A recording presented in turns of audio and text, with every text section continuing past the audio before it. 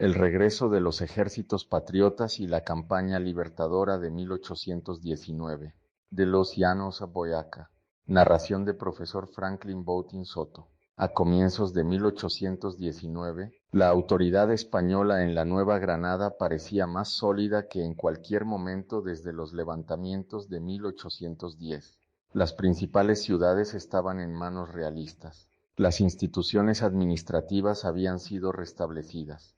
Durante el régimen español de terror, como después sería conocido, numerosos dirigentes patriotas habían sido ejecutados, desterrados o dispersados. Entre ellos se contaban más de 100 figuras prominentes, incluyendo científicos, intelectuales y hombres de Estado como Francisco José de Caldas, Antonio Baraya, Policarpa Salabarrieta y Antonia Santos. Varios antiguos presidentes de la joven nación también murieron, entre ellos Camilo Torres Tenorio, Jorge Tadeo Lozano, Manuel Rodríguez Torices, Custodio García Rovira y Liborio Mejía, quien tenía apenas 24 años cuando asumió la presidencia en junio de 1816.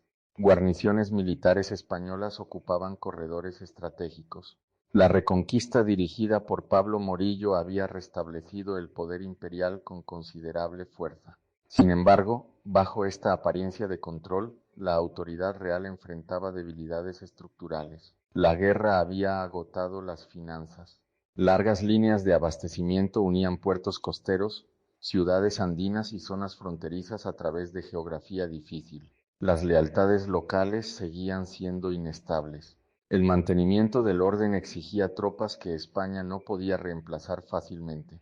Persistía resistencia rural en varios distritos. En los llanos orientales, redes patriotas armadas sobrevivían más allá del alcance inmediato de las administraciones urbanas. La campaña decisiva de 1819 surgió de esas llanuras. No fue un triunfo inevitable, fue una ofensiva calculada que dependió de riesgo, inteligencia, movilidad y de la expectativa de que los comandantes realistas subestimarían la posibilidad de un gran movimiento transandino durante la estación lluviosa. El centro político y militar de la resistencia patriota se encontraba entonces en los llanos, las vastas planicies que se extienden a través de la frontera de las actuales Venezuela y Colombia.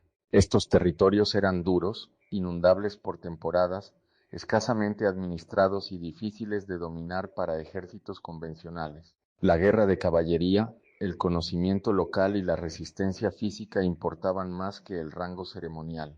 Simón Bolívar comprendió que sobrevivir en el exilio o en regiones periféricas era insuficiente. Si la causa republicana permanecía confinada a la guerra fronteriza, España podía conservar los centros administrativos más ricos. Para reactivar la revolución era necesario un golpe decisivo contra la Nueva Granada. Bogotá contenía dinero, legitimidad, arsenales y valor simbólico. Bolívar propuso entonces un plan audaz. En lugar de atacar donde el enemigo lo esperaba, las fuerzas patriotas marcharían desde los llanos, atravesarían tierras bajas inundadas, ascenderían la cordillera oriental bajo clima severo y descenderían inesperadamente al interior. Muchos oficiales reconocieron el peligro. Hombres, caballos, armas y municiones podían perderse antes de iniciarse la batalla, pero la sorpresa estratégica podía compensar la debilidad material. Entre los colaboradores más importantes de Bolívar se encontraba Francisco de Paula Santander. Santander, nacido en Rosario de Cúcuta en 1792, se había destacado como oficial disciplinado y organizador eficaz. Si Bolívar representaba con frecuencia visión estratégica amplia y carisma político, Santander representaba rigor administrativo, sensibilidad jurídica y manejo militar sostenido. Fue especialmente eficaz en reclutamiento, abastecimiento, estructura de mando y transformación de fuerzas irregulares en tropas funcionales. Durante la campaña de 1819, la contribución de Santander fue sustancial. Ayudó a consolidar las fuerzas patriotas en los llanos y desempeñó papel central en operaciones posteriores dentro de la Nueva Granada. La memoria política posterior a menudo presentó a Bolívar y Santander como opuestos. Durante esta campaña, sin embargo, fueron socios en una empresa común. El ejército patriota reunido en los llanos era heterogéneo. Incluía venezolanos, neogranadinos, caballería llanera, veteranos de infantería, soldados recién reclutados, voluntarios extranjeros, oficiales de experiencia variada y hombres motivados por causas que iban desde la ideología hasta la supervivencia, la paga, la venganza o la oportunidad. Entre el cuerpo de oficiales figuraban hombres que serían centrales en la historia republicana posterior, entre ellos José Antonio Anzoátegui, Carlos Sublet y otros comandantes experimentados. El ejército no estaba abundantemente equipado. Los problemas de suministros eran constantes. La vestimenta era insuficiente. Las armas eran desiguales en calidad. El transporte resultaba difícil. Sin embargo, muchas de estas carencias fueron parcialmente compensadas por la movilidad y por la incertidumbre enemiga respecto de las intenciones patriotas.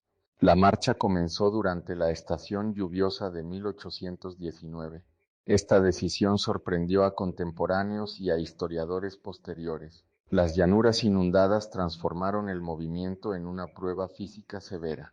Los hombres avanzaban largas distancias dentro del agua. Los animales se debilitaban. Los alimentos se dañaban. El equipo sufría deterioro. La enfermedad amenazaba la moral y la capacidad combativa. Desde los llanos, el ejército avanzó hacia los Andes orientales. El ascenso crítico por los pasos altos, especialmente la ruta asociada al páramo de Pisba, se convirtió en uno de los episodios definitorios de la campaña. Soldados acostumbrados al calor y a las tierras bajas enfrentaron de pronto frío, altura, hambre y agotamiento. Algunos carecían de calzado adecuado. Caballos y animales de carga murieron. Algunos hombres quedaron rezagados. Otros continuaron bajo enorme esfuerzo. Recuerdos archivísticos y memorias posteriores subrayan repetidamente el choque del cambio climático. Lo que había sido barro y agua se convirtió en viento, exposición helada y escasez de montaña. La mitología de la campaña a veces romantiza el sufrimiento. Una interpretación más precisa reconoce que el cruce produjo desgaste real y que la mera supervivencia fue un logro operacional. Cuando las fuerzas patriotas emergieron hacia las provincias interiores, los comandantes realistas enfrentaron una situación nueva. No esperaban que un ejército enemigo considerable llegara en condiciones de combate por aquella ruta y en ese momento. Las poblaciones locales reaccionaron de manera diversa. Algunas comunidades suministraron información o provisiones, otras esperaron con cautela. Años de guerra habían enseñado a los civiles que declaraciones prematuras de lealtad podían resultar costosas si el control cambiaba nuevamente. Aun así, la reaparición de un ejército patriota viable modificó los cálculos políticos. La reconquista no había extinguido la causa republicana. Un enfrentamiento importante ocurrió en Gámeza en julio de 1819. Los combates de esta fase pusieron a prueba la respuesta realista y la cohesión patriota. Ningún bando logró destrucción decisiva inmediata, pero las operaciones prepararon las condiciones para encuentros posteriores. Poco después ocurrió la batalla del Pantano de Vargas el 25 de julio de 1819. El Pantano de Vargas presentaba terreno tácticamente difícil. El combate se volvió intenso y por momentos incierto. Las fuerzas realistas bajo el coronel José María Barreiro poseían tropas entrenadas y buscaban bloquear el avance patriota. El ejército de Bolívar corría riesgo de retroceso después de la agotadora marcha. En una fase crítica, las cargas de caballería patriota ayudaron a recuperar la iniciativa. La tradición posterior celebró especialmente la acción de Juan José Rondón y de los llaneros bajo su mando. Una frase famosa atribuida a Bolívar afirma: «Coronel Rondón, salve usted la patria». La formulación exacta pudo haber sido embellecida en relatos posteriores, pero la intervención de la caballería fue realmente importante. La batalla terminó sin destrucción total de la fuerza de Barreiro, pero impidió la consolidación realista y preservó la iniciativa patriota. Estratégicamente, ello fue de gran importancia. Durante estas semanas, Bolívar y Santander actuaron no solo como comandantes militares, sino también como actores políticos. Emitieron proclamas, cultivaron apoyo local y buscaron presentar la campaña como liberación más que como simple invasión militar. Esta diferencia era esencial. Los ejércitos se mueven a través de sociedades pobladas. Sin suministros, inteligencia y reclutas, las victorias pueden desvanecerse. Santander, en particular, desarrolló reputación de eficiencia organizativa. Generaciones posteriores lo recordarían como el hombre de las leyes, pero en 1819 también fue administrador práctico de guerra. El enfrentamiento final y decisivo ocurrió en la batalla del Puente de Boyacá el 7 de agosto de 1819. La columna realista de Barreiro marchaba hacia Bogotá. Las fuerzas patriotas maniobraron para interceptarla cerca del puente y los caminos circundantes. La batalla se desarrolló mediante movimientos rápidos, ataques sobre segmentos separados de la línea realista y uso eficaz del terreno y del tiempo. Los comandantes patriotas lograron dividir y derrotar partes de la fuerza enemiga antes de que pudiera consolidarse plenamente. Barreiro fue capturado. Numerosos oficiales y soldados cayeron prisioneros. El combate fue relativamente breve comparado con otras grandes batallas de la época, pero sus consecuencias políticas fueron inmensas. Con el principal ejército realista del centro de la Nueva Granada derrotado, el camino hacia Bogotá quedó abierto. Cuando la noticia llegó a la capital, el virrey Juan de Sámano huyó. Las fuerzas patriotas entraron en Bogotá poco después. La captura de la capital entregó varias ventajas simultáneamente. Primero, acceso a fondos del Tesoro y rentas estatales. Segundo, posesión de archivos, legitimidad administrativa y autoridad simbólica. Tercero, oportunidades de reclutamiento y reconocimiento político más amplio. Cuarto, una base estratégica para futuras operaciones contra bastiones realistas restantes. En guerras de formación estatal, las capitales importan no por cualidades mágicas, sino porque concentran instituciones, dinero, registros y prestigio. La victoria de 1819 también transformó las trayectorias de individuos importantes. Para Bolívar, confirmó su condición de principal estratega de la independencia del norte suramericano. Su reputación, ya considerable, se amplió de manera dramática. Ahora podía avanzar en el proyecto mayor de una unión posteriormente formalizada como Gran Colombia. Para Santander, la campaña lo elevó a la primera línea del liderazgo republicano. Su servicio militar y administrativo lo colocó en posición para papeles centrales de gobierno. En años posteriores sería vicepresidente y uno de los principales arquitectos de la administración civil. Para oficiales jóvenes y élites provinciales, la campaña abrió nuevas rutas de ascenso. Entre esas figuras jóvenes estaba Tomás Cipriano de Mosquera. Nacido en Popayán en 1798, Mosquera pertenecía a una prominente familia caucana cuyo estatus había sobrevivido, aunque también había sido probado por años de convulsión.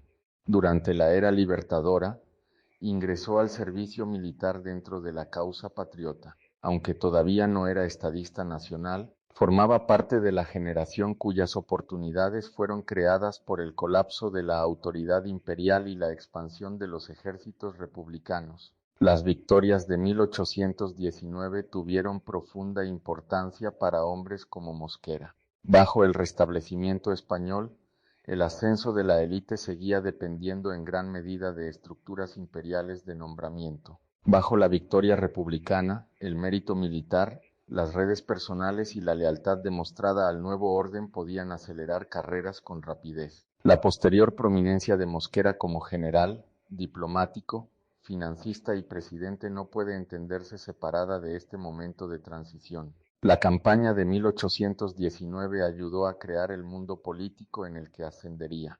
También es necesario considerar la campaña desde la perspectiva civil. La liberación no puso fin inmediato a impuestos, requisas, conscripción o incertidumbre.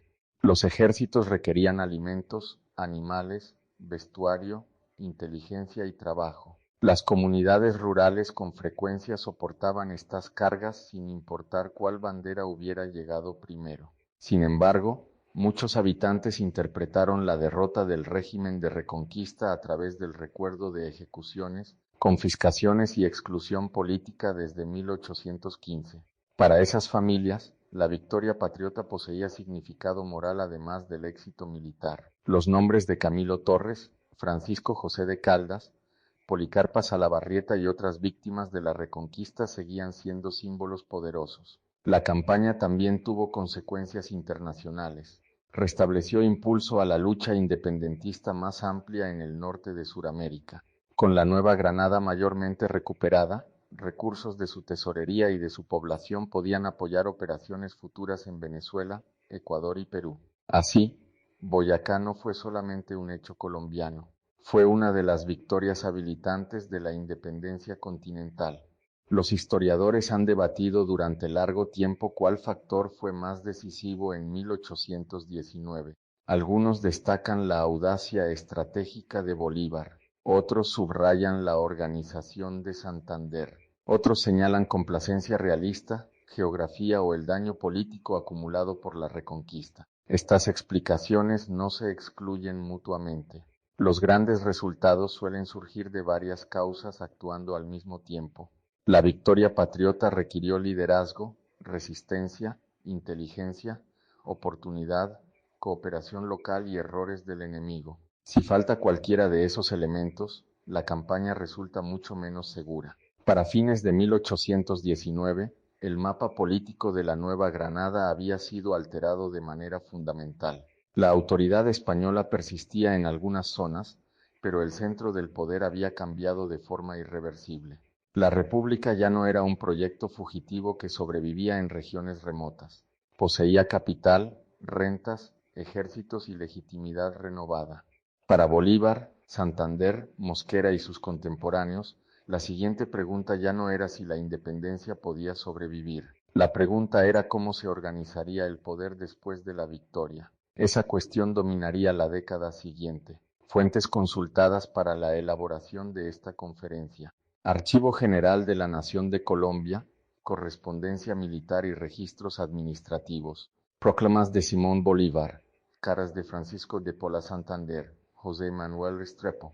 Memorias de oficiales de la independencia. David Bushnell, John Lynch, Frank Safford, Malcolm Díaz. Estudios modernos sobre el cruce de Pisba, Pantano de Vargas y Boyacá. En la próxima clase abordaremos la formación de la Gran Colombia, incluyendo la Constitución de Cúcuta, el conflicto entre Simón Bolívar y Francisco de Paula Santander, el atentado de 1828, la instauración de la dictadura y la disolución de la Unión.